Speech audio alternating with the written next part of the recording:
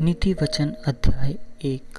दाऊद के पुत्र इसराइल के राजा सुलेमान के नीति वचन। इनके द्वारा पढ़ने वाला बुद्धि और शिक्षा प्राप्त करे और समझ की बातें समझे और काम करने में प्रवीणता और धर्म, न्याय और निष्पक्षता की शिक्षा पाए, कि भोलों को चतुराई और जवान को ज्ञान और विवेक मिले, कि बुद्धिमान सुनकर अपनी विद्या बढ़ाए और समझदार बुद्धि का उपदेश पाए, जिससे वे नीति वचन और दृष्टांत को और बुद्धिमानों के वचन और उनके रहस्यों को समझे। यहोवा का भय मानना बुद्धि का मूल है। बुद्धि और शिक्षा को मूढ़ ही लोग तुच्छ जानते हैं।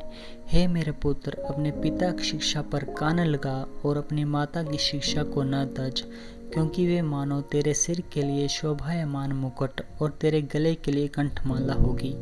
हे मेरे पुत्र, यदि पापी लोग तुझे फुसलाएं तो उनकी बात न मानना। यदि वे कहें हमारे संग चल, हम हत्या करने के लिए घात लगाएं, हम निर्दोषों की ताक में रहें, हम अधोलोक के समान उनको जीविता, कब्र में पड़े हुओं के समान नमूचा निगल जाएं, हमको सब प्रकार के अनमोल पदार्थ मिलेंगे, हम अपने घरों को लूट से भर लेंगे।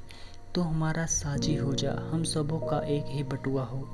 तो हे मेरे पुत्र, तू उनके संग मार्ग में न चलना, वरन उनकी डगर में पाँव भी न रखना, क्योंकि वे बुराई ही करने को दौड़ते हैं और हत्या करने को फुर्ती करते हैं। क्योंकि पक्षी के देखते हुए जाल फैलाना व्यर्थ होता है, और ये लोग तो अपनी ही हत्या करने के लिए घात लगाते हैं और अपने ही प्राणों की घात में रहते हैं।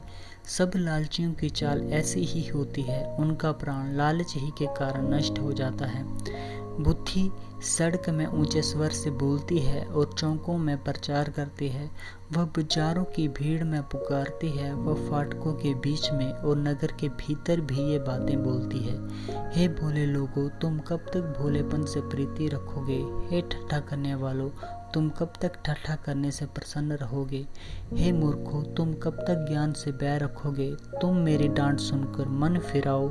सुनो, मैं अपना आत्मा तुम्हारे लिए उंडेल दूंगी, मैं तुमको अपने वचन बताऊंगी। मैंने तो पुकारा परंतु तुमने इनकार किया, और मैंने हाथ फैलाया परंतु किसी ने ध्यान न दिया।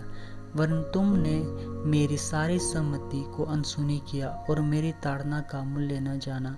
इसलिए मैं भी तुम्हारी विपत्ति के समय हंसूंगी, और जब तुम पर भय आ पड़ेगा, वरन आंधी के समान तुम पर भय आ पड़ेगा और विपत्ति बवंडर के समान आ पड़ेगी, और तुम संकट और सकेती में फंसोगे, तब मैं ठट्ठा करूंगी।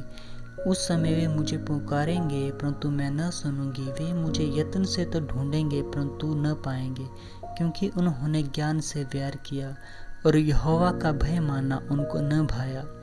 उन्होंने मेरी सम्मति न चाही, वरन मेरी सब ताड़नाओं को तुच्छ जाना। इसलिए वे अपनी करनी का फल आप भोगेंगे और अपनी युक्तियों के फल से आगा जाएंगे। क्योंकि भोले लोगों का भटक जाना उनके घात किए जाने का कारण होगा, और निश्चिंत रहने के कारण मूढ़ लोग नष्ट होंगे। परंतु जो मेरी सुनेगा वह निडर बसा रहेगा और बेखटके सुख से रहेगा।